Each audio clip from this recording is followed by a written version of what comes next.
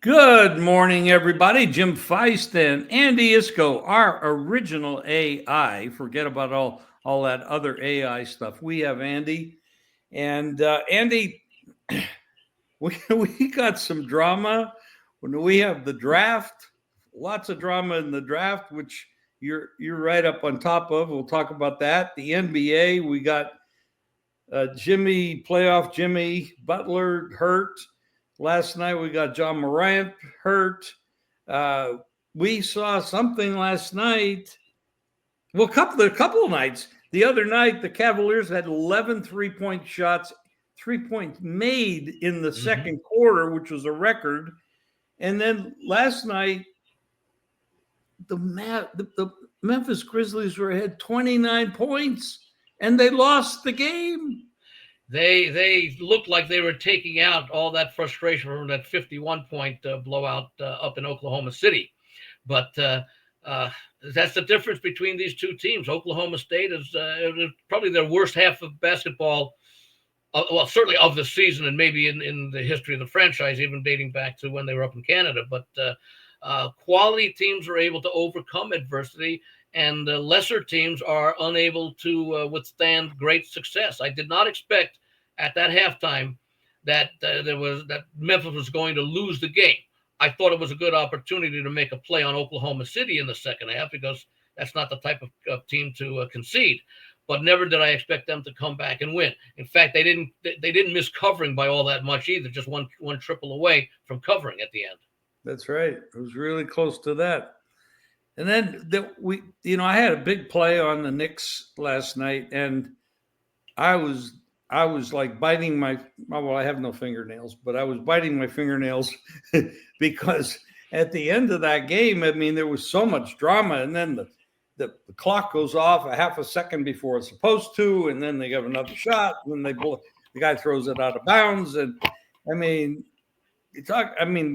I had to take Xanax. I'm just kidding, but and then we have two. I did have the Nuggets, which was never in the game. That was totally a bad play for me. So 1-1 in basketball. Oh, but by the way, let me interrupt you for a moment. I don't ever say it's necessarily a bad play because the play makes sense before the game tips off. We never know how these things are. So the play was understandable. It was just one that didn't work. That is true. But Kawhi Leonard is playing like he did years ago, and when he's healthy, he's an amazing player. He's considered a top 5 player when fully healthy. Yeah, considering the duration and the excellence of his career. They are. I mean, would you agree that they are a real contender to win the West the way they're playing? Oh, absolutely. I have them ranked. I actually think I have them ranked right behind OKC as far as the way that I analyze playoff possibilities. It's a team that's been playing very well. They've got the key contributors with Harden and Kawhi and a good supporting cast of experience, an experienced coach who's had success before, given the talent that he had. Of course, that success was not all that surprising. And Denver, well, didn't know what to make of the coaching change because that one surprised me. I had my little rant on it that I guess it's still up there to be viewed. Didn't look very good as far as the rant. And thousands of hits, too, because they loved it. Well, every once in a while I get on a roll. Every once in a while I actually become critical. But as far as, let's say, head-scratching decisions, and it's kind of like the same thing with Memphis. And I wonder how much of it is, we talked about it on, I think, one of the Wednesday shows, and that is how much of a disruption are the antics of Morant with his teammates, getting those fines and everything and taking away from the team to get to be the center of attention.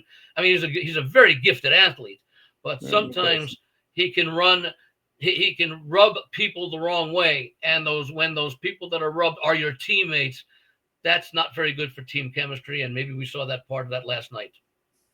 Yeah, that's a possibility. Now we got a couple games coming up. The Jimmy Butler issue, and then of course the Tatum issue with Boston, and now I'm seeing where Tatum is not even likely to play game 3. Yeah, in fact, I'm showing the last update is doubtful with the wrist injury, and I think that explains why perhaps the Celtics are only 4. Well, they opened 5.5, drop or 6 actually. I see over at Cirque and South Point. Westgate opened them at 5.5, and now it's down to 4.5 in most books.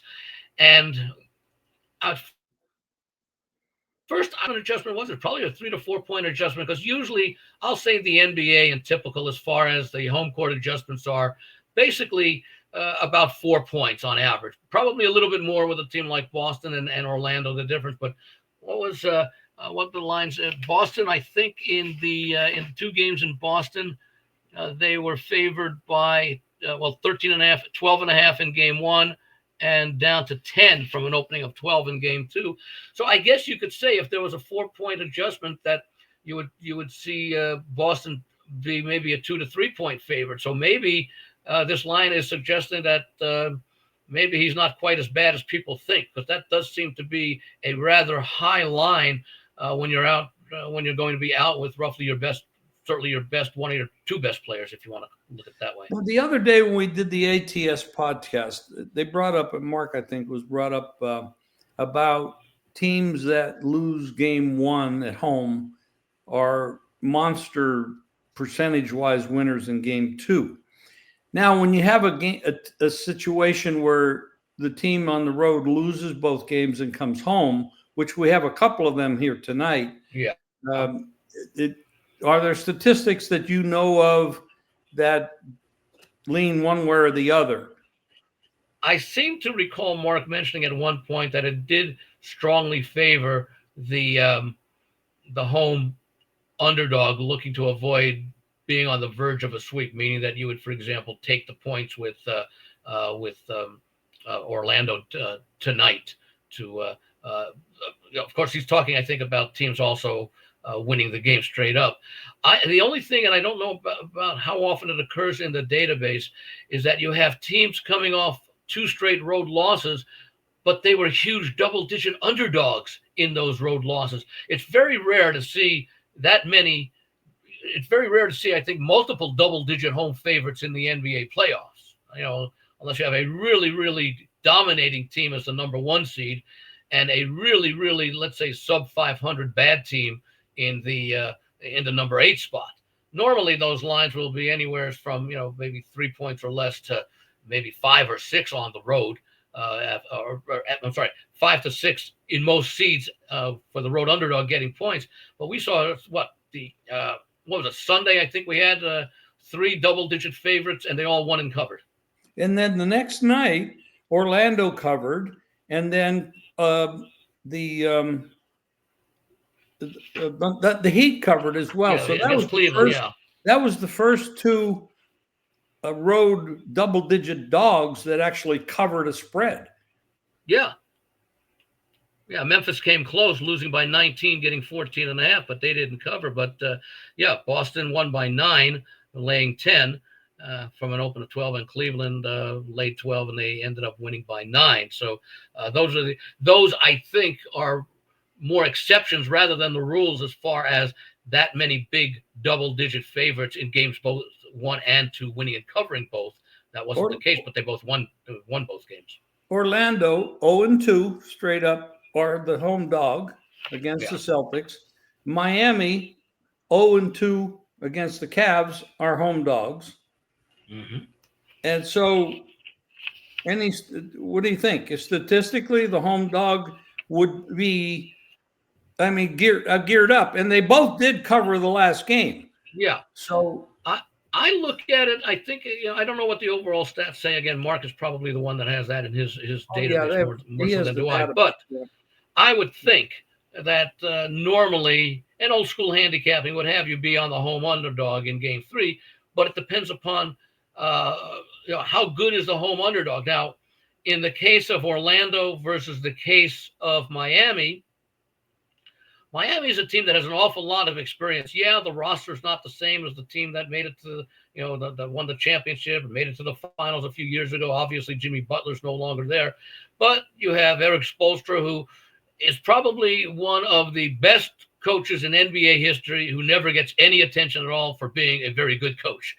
I mean, you never hear him listed, and yet all he's done, he's taken over he took over, from Pat Riley years and years ago, and he's had great success with the team. But you never hear him mentioned amongst the game's great coaches. To a certain extent, you could say that about Greg Popovich, who, despite all his success, was never really listed. I guess it's always been Red Auerbach, but nonetheless, Miami has the experience, I think, to give Cleveland a bit of a test. I wish the line were a little bit higher than it is as far as tonight's game goes. Or excuse me, Saturday's game. But nonetheless, I'd be more inclined to play Miami because of the experience, both as a team and on the bench, than I would Orlando with its lack of recent experience and the youth of that team going up against the defending champion Celtics. Well, the one advantage Orlando may have, and it is an advantage. I mean, you can't take Jason Tatum out of the lineup and not say it doesn't mean anything. I know they're deep and everything, but in a one game off situation, your other teammates can make up for it. But long term, I mean, he's a pretty goddamn good player, and it's very possible he won't play this game. So that is an edge. And the game did open 5.5. It's 4.5. So yeah, there's been some sharp money on Orlando. And as far as the Miami game, I'd have to go over and look at that. I don't have it up on my screen. What's the line? I think it's 6. I think it's I'm showing it open 6.5. It's down to 6 in most places. If you look at the big offshore place, Pinnacle, same thing. Open 6.5.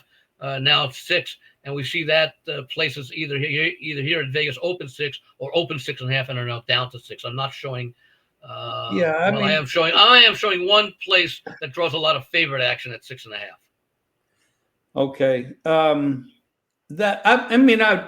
I got to lean to both dogs. They're taking the numbers, and it would statistically over a long period of time, teams are going to play real hard not to go down 3-0 and 3. Not that they always have.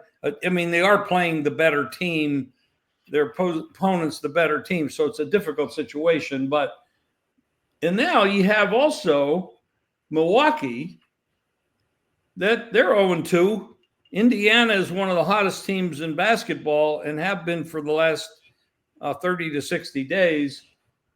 For some reason, these two teams don't like each other very much, and they're open about it. And Milwaukee opened 3.5, and they have not looked good in either game. And now they're up to 5.5, and they're 0-2, and they're at home. Yeah, and when you consider the fact that Lillard did not play in the opening game for Milwaukee and actually played decently in game 2, so the Milwaukee had a better effort, still coming up short, and that Lillard missed a lot of time down the stretch. And of course, both teams have injuries, but Indiana had only 2 more wins than Milwaukee did during the course of the regular season. And Milwaukee, of course, has such great experience from previous years as well. Not that Indiana doesn't. I think, didn't they lose to Boston in the Eastern Finals last year, as I recall? But I think it's a good spot for Milwaukee because I still think they are a fundamentally sound basketball team. If they don't win tonight at home, they're down 0-3. Maybe they win game 4, but I'd be hard-pressed not to think Indiana would wrap it up in game 5. But I think Milwaukee's just too good of a team with Giannis in there playing well, that even at the I won't say it's an inflated number, but it may be a high number for a team that looked as bad as Milwaukee did, certainly in game 1. Looked a bit better with Lillard in there in game 2. But again, past class as far as that goes. I think 5.5 is it's almost, I could almost make the case, and of course the series has started out differently, but I think it's almost like the Clippers last night. We know what they're capable of. They could have won the first 2 games, which is unlike Milwaukee. They could not have won either of those first 2 games, but they showed what they could do last night. Well, Houston showed against Golden State the night before. The number 2 seed in the West after losing game 1 at home as a small favorite, what they could do. Milwaukee, I think, is capable of a similar performance. If they win tonight, and should they end up winning on Tuesday, I guess they play on Monday night would be next. I don't have it in front of me now, but whenever the game 4 is, and they go back to Indiana 2-2, I would not write off Milwaukee's chances of taking 2 of the final 3. But if they don't win tonight, it's just a question of do they lose it in a sweep or do they lose it in 5. So I'll be on Milwaukee tonight. The question I have, Andy, is the game opened 3.5, which the odds maker said, here's the line, 3.5. And now it's 5.5. And I see most of the lines I'm looking at are 5.5 minus 12 or 5.5 minus 15, which means we're looking at the potential 6.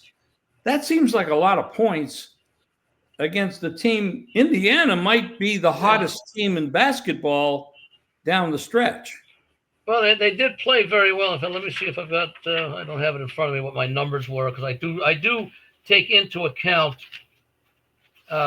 late season momentum, and in fact, I actually take a look at the last 25 games. Interestingly enough, Indiana's was 17-8 in their last 25 games, which is still very good. The best team was Oklahoma City at 22-3 in their last 25 games. Milwaukee was only 1 game worse, 16-9. So they basically finished out 25 games is roughly a month and a half, about 6 weeks if you play 3-4 games a week. So it's a little bit around 6 weeks. So they did play well. Milwaukee, again, was without Lillard for a good part of the stretch. And, Indiana did play well at home this year. I always like to look at the playoffs as how teams have done on the road. And both Indiana and Milwaukee were 20-21 on the road this year in the regular season, basically 500 teams, which is not bad because you're usually going to perform much better at home than you do on the road. And I'd say they were pretty much average for playoff teams as far as maybe 500. A couple of teams. Actually, there's one surprising team, I think, was Boston, who I forget what their record was. Let's see. They were 33-8. Was it 33-8 on the road and 28-13 at home? Wow. Yeah, which is very unusual, but that makes Boston a threat because generally, obviously, if you're an underdog in this series and you're starting on the road, you have to win at least one road game. That's not true for the higher seed because 7-game series, you're going to play 4 of them at home, and if you win, you don't have to win a road game to win the series. So that's what I like about Boston is the fact that even though they have the home court advantage, and of course a lot of those games, they were playing so well, those losses didn't really mean all that much because they were basically they were slightly behind Cleveland for the entire season in the East, but they basically had a nice edge over, I guess the Knicks finished 3rd. They basically had a nice edge, so they knew that they most likely were going to finish 2nd unless Cleveland faded and they didn't show. That's what makes Cleveland such a nice team, is that they were so consistent all year. I don't know what their longest losing streak was. Their 6-man for Cleveland is making a world of difference. Tyrone Jerome.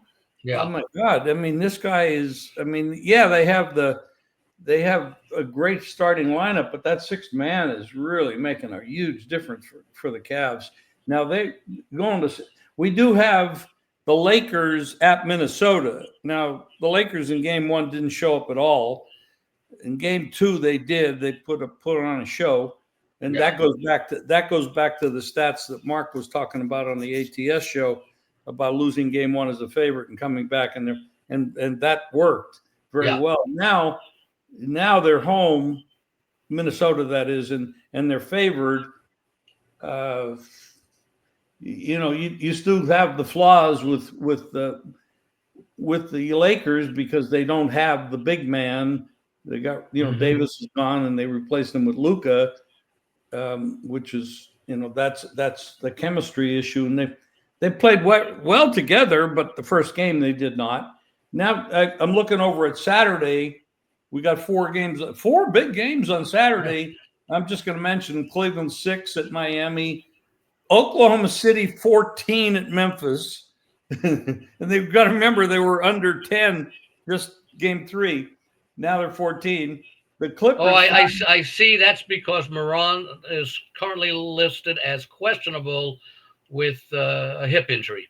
There's really no reason to play him. I mean, you're not going to come back and win 4 out of 5 games against this team. So, I wouldn't think so, and that might very well be what happens. Is maybe he starts, maybe he plays, maybe Oklahoma State gets out to a lead, and Memphis realizes it's over. and they take Morant out for health precautions, not to aggravate the injury, and they just mail it in over the last quarter.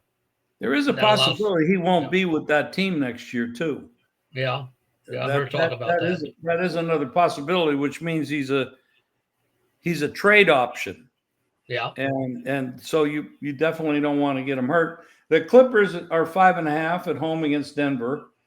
Now, is there some physical injury issues with Denver that we need to talk about, or are we unaware of anything? Well, I'm looking at the injury report, and they're showing Westbrook for Denver is questionable with his foot injury, and that's really the only injury of note that's been recent. I don't see the Don Best injury reports updated for anything more than just the Russell Westbrook. All the few others that they list are known and persistent or ongoing injuries. Now you have the Jimmy Butler issue with Golden State, and that game opened 3.5. It's down to 2.5. So now you're getting money on Houston, even though they come off the win, the big win. And the question there is, and I think it's a serious one, is the pelvic injury to Butler. Without Butler, I mean, they already are only a 2-score team. I mean, they have 2 guys that scored a lot of the points, and Butler's out. And Steph is not a young man anymore. He's still amazing by anybody's standards. But for that line to drop in basically what is a zigzag issue, that line should be going in the other direction. Yeah, I think that's showing how important Butler is to Golden State. And I forget what the numbers are, but there's an incredible winning percentage when both Butler and Curry were in the lineup together. At one point, I know it was like 18-2 or something like that. So I'm not quite sure where it ended up since, what was that, the mid-February trade February trade. I think it was maybe earlier in February that it occurred. But nonetheless, he's been so important to the Warriors. I actually made a series play on Houston. What did I get? I think I got plus 190 when they were down 0-1 after losing game 1 and before they won game 2, which obviously we didn't know about the Butler injury because it occurred in game 2. So we didn't. That was not factored into the price. And Houston, of course, you would think would be getting more points tonight. But as you point out, the line has gone down because of Butler. I've always wondered, when you're taking out a guy like a Butler or a guy like a Tatum, can you really adjust the line enough to compensate for what they're going to lose? Yes, they get to replace them, but if you're replacing a 25-point scorer with a 17-point per game scorer, well, right there, you're giving up 8 points that you normally get. So even if you cut that in half and say, okay, maybe there's a 50-50 chance he scores halfway between what he's shown and what he's replacing, that still makes about a 4-point adjustment as opposed to a 1 or a 2-point adjustment. Now, we don't know how much was factored into that opening number of 3 because that line wasn't posted until after the game was over and the injury was known. The one issue we have to look at with that question in mind is the depth of the team. Now, Boston has tremendous balance and depth, where you can take a Tatum out and you can bring these other guys in and you can play 3 guys to pick up points. Yes, they're extended minutes, but with Golden State, they don't have anybody to replace them. They have no depth. And that is the biggest issue with them. They're an older team. Steph, of course, is amazing. He still looks like he's playing at Davidson, but they don't have anybody to replace Jimmy Butler. So if he's not in there, I don't know what the hell they go to. No, Draymond Green is always ticking time bomb. So let's put it that way. That he could be of great help to the team, or he could be teed out in the second quarter. And he's not a guy. He's not a guy that's going to score a lot of points for you. No, he'll help you in the middle. He'll help you in the middle defensively. Absolutely. So that's something that we have to get on top of with the Butler injury. And I don't know that we'll have that answer. I don't think it matters as much for Boston because A, they're up 2-0. And B, they are the much better team by far, opposed to the difference between Golden State and Houston. Well, look at Houston's a 2 seed and Golden State's a 7. So in reality, supposedly, I mean, there's only a three game difference on the season, 53 wins versus 50. So Yeah. It's really not that much of a difference. But as far as youth and physicality and energy and depth, Houston has all of that. Yeah. Especially if Butler's out of the lineup. Andy, Yeah. I did. I was kind of half out of it yesterday. I had to take a friend to the hospital for a knee surgery, a knee replacement. And I've been surrounded by people with knee replacements. Your friend is the third person in the last 6 weeks now that I know of who has had a knee replacement. Now, one I can understand because he's a friend of mine for 60 years. We grew up around the block from each other, and he plays a lot of golf. And the other one is a friend of mine who's she's a bit younger than all of us. She's very active though, so I can understand that. So I don't know. I seem to be a curse. How did they do with their surgeries? With the first, second They day, first week?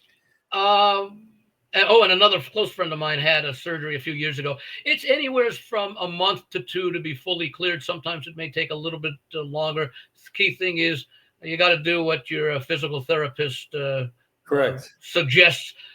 I'll use suggest. It probably should be considered more of a demand that you do to get out there. You'll be on crutches for a little bit, and my friend Gary expects to be playing golf within 3 months of his surgery. He just had his the other day. Well, my friend Tom had his knee replaced yesterday, and they were saying, well, people get up the same day and they're walking. But I talked to him this morning. He was supposed to go home last night, but they kept him overnight. I guess he's doing okay, but he said walking is very difficult, and he's on a walker. He has a walker, and so I mean, of course, he's 82 years old. So, granted, if you're 20, 30, 40, you're going to recover faster than when you're in your 80s. That's natural. Yeah. But even though they tell you, oh, it's nothing, and you're up and walking and all that, I don't know about all that. They want to give you the encouragement and not have you sit there and think that you can't do anything, and that's why they do it. I mean, my other friend who had it is in her early 50s, and she was up and walking around in no time. Even that first day, but she's a very aggressive person as far as that goes. That mindset that there's no challenge that she can't accept and overcome.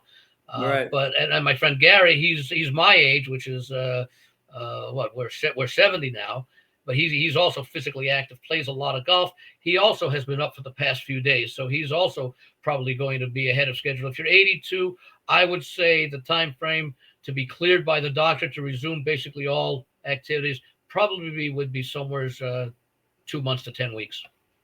That sounds reasonable. And that's more of a realistic, pessimistic situation. That's not. I think that might be the worst case scenario, as opposed to most optimistic one, which could be 6 to 8 weeks. Right, I got you. Okay, Andy, I did some baseball stuff yesterday. I looked at the Friday, Saturday, Sunday games. Just cursory look. Nothing too deep. And I know that you have done some work on baseball. So why don't we transition? And if you have something in baseball, why don't you just go for it? Well, I've been looking at a lot of the games for Friday, for example, today as we record this morning. And I like to look at current form and season to date. And I'll tell you what, Senga and Irvin, Mets and Washington National pitchers, have been pitching extremely well, especially with very low whips, with walks and hits per innings pitch, which I actually use as more of an indicator. I still like to use the old-fashioned ERA, and I know there are other analytics now that have come to light, but whip indicates the number of base runners that you allow per inning pitched. And both of these guys are about 0.8, meaning you're allowing less than a base runner per inning. So if you don't put base runners on, any damage that you're going to get done is not going to be significant. Maybe the home runs you give up are going to be solo shots because you're not putting many guys on. So that's when I take a look for first five in at the Mets and Nationals in that matchup, which is in Washington. I'm showing that the line for the game is a total of 9, which is a nice high line, and maybe for a game which expects a lot of bullpen issues. 4.5 is a total I do like to go over, especially when both pitchers have shown the ability to go at least 5 to 6 innings deep in a game. So that's one of the games that I've played this morning as far as the Friday score goes. Another one that comes up very nicely, even though it's a bad team. But Severino has been pitching very, very well for Oakland. They've been hitting the ball. Oakland, sorry, for the Athletics. I still call them Oakland. I don't even call them Sacramento. You know, the nomads of Major League Baseball. They're hosting the White Sox, who, okay, they're off of a nice. Well, they had that shortened game yesterday against Minnesota. They've not been hitting the ball. Oakland has been hitting the ball. So the line in this game is very high. The Athletics are that I immediately take a look, even though it's the home team, I take a look at the run line, and basically to asking Oakland to win by 2 runs in a ballpark that, especially at night, has favored high scoring games. And I did it again. The Athletics have been effective in those high scoring games at home at night. Laying minus 120 to win by 2 or more, I think, is a reasonable price for a pitcher who has had a decent career, not a great career, but seems to feel comfort playing in Sacramento for the Athletics. So those are the 2 plays that I've made so far for Friday on my website. In fact, as soon as we're done with this, I'm going to be putting up my daily pitching stats that will give people an idea of how these pitchers rate. Because I still use starting pitching as a key factor, because even though it's not nearly as important, well, look, 50 years ago, pitchers would make 35 or 40 starts a year, and 2/3 to 3/4 of them would be complete games. Now, if a guy has 5 complete games a year, he's a workhorse. But nonetheless, pitchers are still going on average 5 to 6 innings per start, which makes the 5-inning play a lot of effective, especially when you're handicapping off the pitchers who are likely to be there. If you've got 2 really bad pitchers, maybe you look at the over for the first 5, because neither of them's going to last the 5 innings. And if you got pitchers who are going 6 innings or so on average, and they're putting up strong numbers, they're likely to be effective, the 2 times that they see the lineup, maybe 1 or 2 guys from a third time if they're pitching to their established level. So that's a lot of the way that I'm handicapping baseball, which has changed over the years because of the dynamics of starting pitching. Well, that all started, of course, just for people that don't really, they're trying to save the arms of these starters and not let them go too deep. And they don't want them to come through the lineup 3 times. Exactly. Because the batters get used to seeing their stuff. And the numbers bear that out. Yeah, it does. It really does.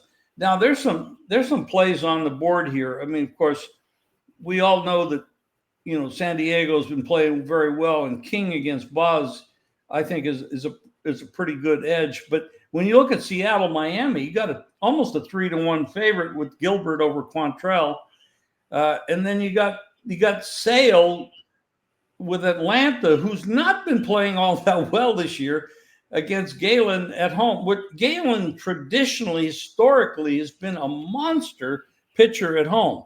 Now, started off a little slow, but they're actually getting a dog price at home, which is something that, I'm looking at. Cincinnati. By the way, excuse me, on that game, because Galen has been struggling, I also looked over in that game in addition to Arizona. Yeah, and they have the lineup to produce the runs, of course. Yep.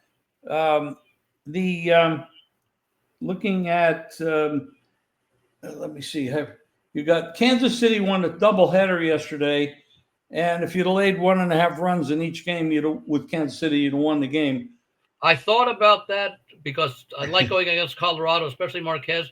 But prior to that game, Kansas City had been on a horrible 8 or 10 game streak where they were not producing runs, and even though Colorado's the kind of team to make you healthy, I needed to see that. They can make you well. Yeah. Now let's just see if Kansas City can carry that over as they face Houston tonight, and they've got a good matchup. I've liked Seth Lugo for a number of years. He's been pitching well, and Houston is not the powerful offensive team that they've been, and Wesneski is sort of like a replacement for some of the guys who they expected to be in rotation and no longer are, either due to injury or departure.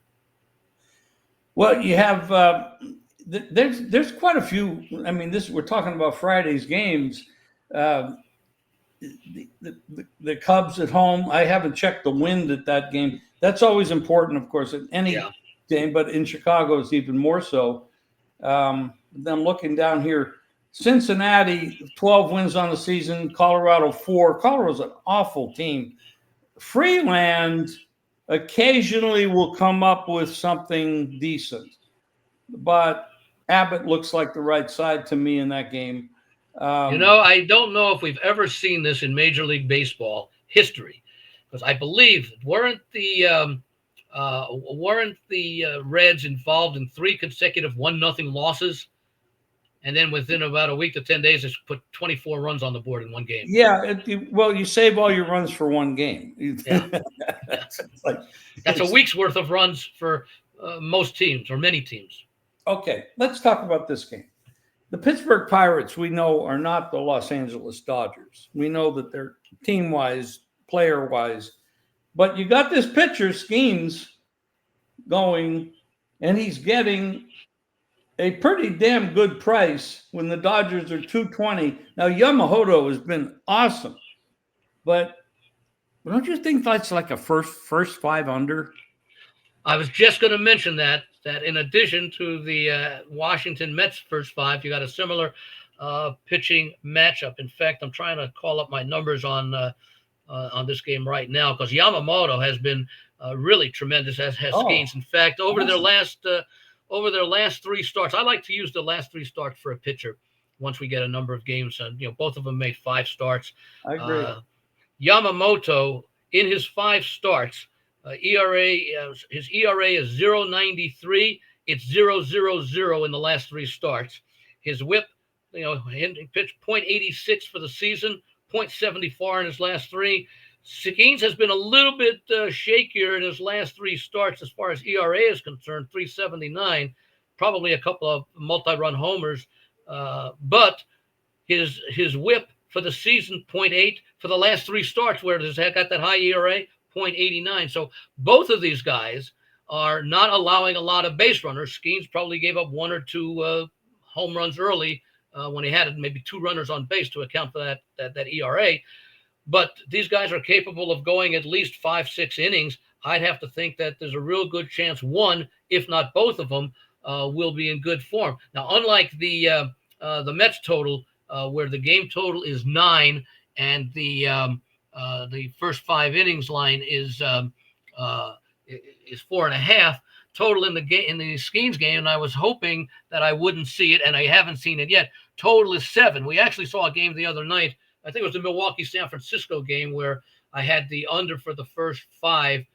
The total opened 7 and went down to 6.5 for the game. So it's still under 3.5 for the first 5, but the 6.5 for the game. It ended up staying under for the first 5, and actually the game ended up 4-2 on 6. This one, the total is 7, and the first 5 innings in this game is also 3.5 for the total. So I don't like playing under the number 3, but I don't mind playing under 3.5.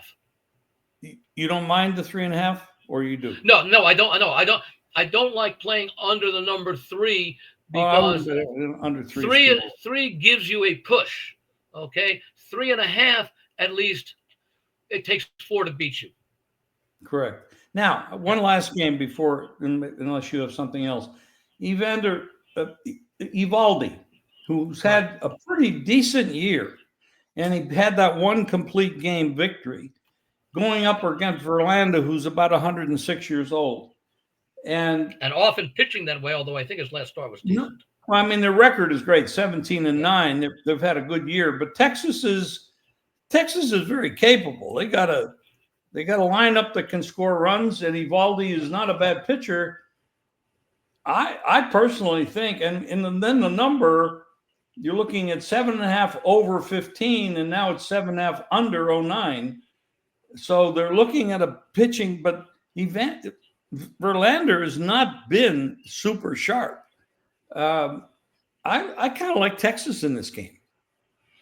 I was looking at both Texas, and I was also looking over because Eovaldi,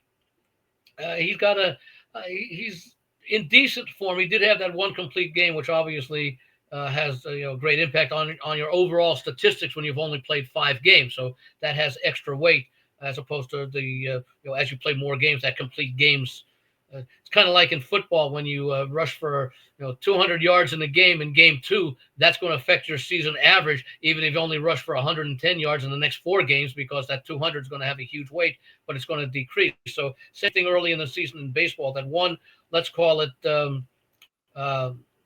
unusual or extreme performance, will have an impact for a few games before it's lessened out. Verlander, though, he's struggled. His ERA over 5 for the year, over 5 for the last 3 starts. ERA, his WHIP is not very good. So I could see a play both on Texas and also at this number, especially with the VIG juice to the under. I could also make a case for the over. It's interesting that every line is leaning under 7.5. Because you have to think with Verlander not being that sharp, you're going to end up in the bullpen. Now, granted, some of these teams have good bullpens, and so that can be positive or negative depending on who's available. But I like Texas in that game, and that would be for me for this podcast. I would say that would be a free play for me to take Texas plus the small dog price. Yeah, this game is a little bit depending upon where you shop. It's anywhere in the neighborhood of Pick'em. You might be able to get a very slight plus price. In fact, I am now seeing a lot of. I'm still looking at the first half here, but yeah, I'm looking at San Francisco minus 08, minus 09, minus 10, and a lot of these places no longer use the old 5-cent line that we're used to. And so you might end up having, for example, there's a couple of places in town where if it's minus 110 on one side, it's minus 102 on the other side, which is, a 12-cent line or a 6-cent line either way, basically in the middle. I mean, some of the places are using 20-cent lines. It's very hard. It's very hard to beat a 20-cent line. Yeah, especially in a sport like baseball where you've got you're going against the money line in basically every game. Run line adjusts a little bit. And also historically, and because of that, because you have huge favorites, underdogs, it's a grinded out sport. That's right. 2,400 games in an entire season. That's a lot of action. Oh, hell yeah. Yeah. 162 games a team. And you're talking, what, 6 months? This is not, it's not, well, what would I say? This is a tough way to make an easy living. Exactly. I think your phrase that you like to use is, what is it? If you're uncomfortable being uncomfortable, you shouldn't be doing what you're doing. If you can't get comfortable being uncomfortable, you're in the wrong business. Yeah. That is my favorite saying. Yeah. The other one I think you mentioned that I also like tonight is I like San Diego because I've liked King. I liked him back from the Yankees when he was a reliever and then was made into a short-time starter. Went over. He was, I think, in the Juan Soto trade a couple of years ago with the Yankees. San Diego about $1. What is he, about $1.35, $1.40 favorite? I think last time I looked. Open 150. It's mostly 48, 42. Okay, 45. yeah. So it's coming down a little bit, and Tampa Bay. Got their first road wins of the season. This unbalanced schedule. Tampa Bay's played 19 home games, 9 and 10, 6 road games, 2 and 4. And San Diego has been brilliant at home this year. We saw some of their, I won't say flaws, but we saw them struggle when they finally played some road games. They're still 17 and 8. They are second best in baseball. Mets are 18 and 7. The Padres 12 and 1 at home. Just 5 and 7 on the road. So 12 and 1 at home is pretty, is pretty enticing because that means they're just basically average, slightly below average on the road, but they're dominant at home. And they do have good balance, both starting in the bullpen and, of course, up and down that lineup. So I could also make a nice case for the Padres today, as you did earlier. I do like Boz, B-A-Z, Boz Shane Boz as a pitcher, but I just don't like Tampa Bay in the spot. I'd agree with that. Anything you want to close with, Andy? That we got a big weekend coming ahead. We got basketball, and of course the draft was. I'm not a big draft guy. I know you and the rest I enjoy it. I don't bet it. I don't really use it too much, other than to see how what the good teams do. I like. By the way, I don't know. if anybody saw it, there was a somewhat humorous moment on the draft last night where one of the players got selected. He was at a draft party at home, and his wife was holding a newborn baby, and the newborn baby had a little bit of an accident on the mother's dress. As the draftee, I want to say it was Brooks, maybe, I don't remember, but they showed it on one of the shows I like to watch every morning, which is Good Morning Football on the NFL Network, and they've been playing that back a little bit. But I normally take a look at see what some of the teams do. I mean, Philadelphia went for another defensive player who dropped further than they expected to, and you have to really like the makeup of this Eagles team. I think that's 3, 4, 5 years in a row, I think, where they've used their first draft choice either on an offensive lineman or on a defensive player. And the results have shown the past couple of seasons, especially this past year when they won the Super Bowl. And you have to throw the 2023 season out. That's when they fell apart after their 10-1 start. But that's basically 3 really good seasons in a row that the Eagles have had. So that's what I use the draft for. And what I really look forward to, and that's going to be May 14th, is when the NFL releases the schedule. We know who everybody's playing home and away, but we don't know the sequencing of the games, and that's so important in looking for good spots and bad spots. 3 road games in a row, 3 home games in a row. That's what I use the draft, but more importantly, the NFL schedule. That'll be the middle of May. My phone was ringing. It got me off track, but prayers go out to I think it was Gilbert Steve McMichael, the son that got in some kind of accident, and he's Gilbert Arenas. Yeah, he's in a induced coma. Yeah. So, and there's a lot of bad things happen in life to a lot of people. I was referring to Steve McMichael of the Great Bears defensive lineman who ALS finally passed away yesterday.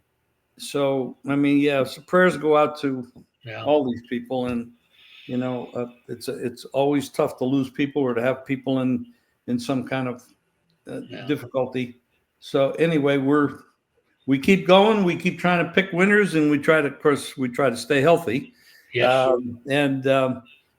We're neither of which we have control over, by the way. But we don't have control over much. we don't have control over our health. We do all we can to be as healthy as possible, eat, diet, exercise, etc. And even in picking winners, we do as we can, but that's beyond our control as far as how the games play out. What they say, it's all a game of percentages. The only control you really have over is your attitude. Exactly. But right now, Proline TV on YouTube, go there, subscribe and like. It helps our channel. And Andy, good luck this weekend. We'll talk to you next week, and we're going to have lots of winners this weekend. Knock on wood. And we'll come back next week with more action and good luck to all the guys out there that follow the show and the girls too. Yeah. And we'll talk to you soon. Take care, everybody. Good luck this weekend.